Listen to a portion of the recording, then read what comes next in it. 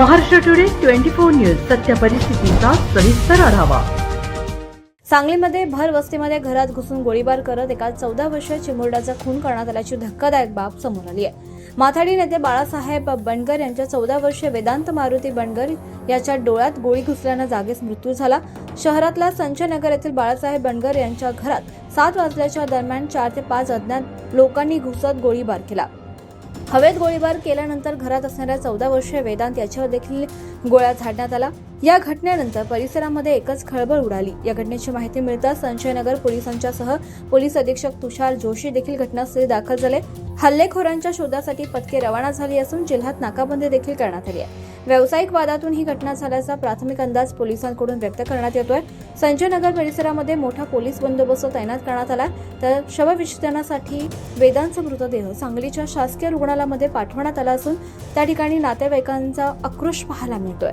प्राथमिक माहितीनुसार 6:30च्या दरम्यान अभयनगर परिसरात बाळासाहेब बंडगर यांचा नातू 14 वर्षीय वेदांत बंडगर याची फायरिंगमध्ये हत्या झाली। आरोपी एका गाडीत आले होते। गाडीतून येऊन पॉइंट ब्लॅक मध्ये फायरिंग केली। उजव्या डोळ्याला गोळी लागल्यामुळे वेदांचा मृत्यू झाला। पुढील तपास संजयनगर पोलीस करतात। माहितीच्या आधारे संशयित आरोपींचा तपास सुरू आहे। प्रथमदर्शी मिळालेल्या माहितीनुसार वादातून ही फायरिंग झाल्याचं सांगण्यात येत आहे। नेमका वाद काय?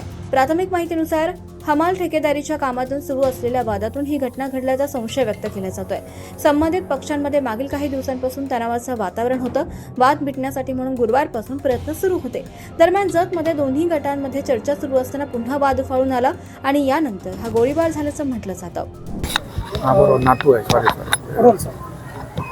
प्राथमिक माहितीनुसार संध्याकाळी 6:30च्या दरम्यान अभयनगर एरियामध्ये बाळासाहेब बंडगर यांचा नातू वेदांत बंडगर वय वर्ष 14 याचा फायरिंग इन्सिडेंटमध्ये खून झालेला आहे। आरोपी हे एका गाडीमध्ये आले।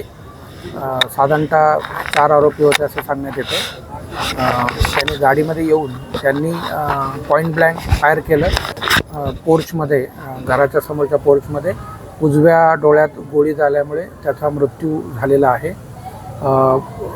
पुढील तपास संजयनगर पोलीस स्टेशन करत आहे।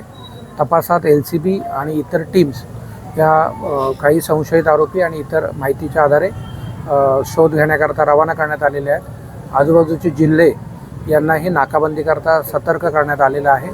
पुढील तपास सांगली पोलीस करत आहेत। त्याच्यामध्ये प्रथमदर्शनी काहीतरी व्यावसायिक रायव्हलरी होती असं प्रथमदर्शनी लक्षात येते, परंतु अजूनही फिर्याद होणं बाकी आहे।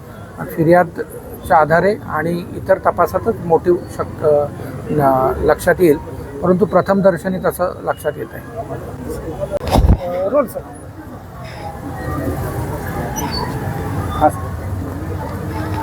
प्राथमिक माहितीनुसार संध्याकाळी 6:30च्या सुमारास काही आरोपी एका गाडीत येऊन त्यांनी बाळासाहेब बंडगर यांचा मुलगा वेदांत बंडगर वय वर्ष साधारणतः 14 याच्यावर गोळीबार केलेला आहे। त्याच्या उजव्या डोळ्यात गोळी गेली।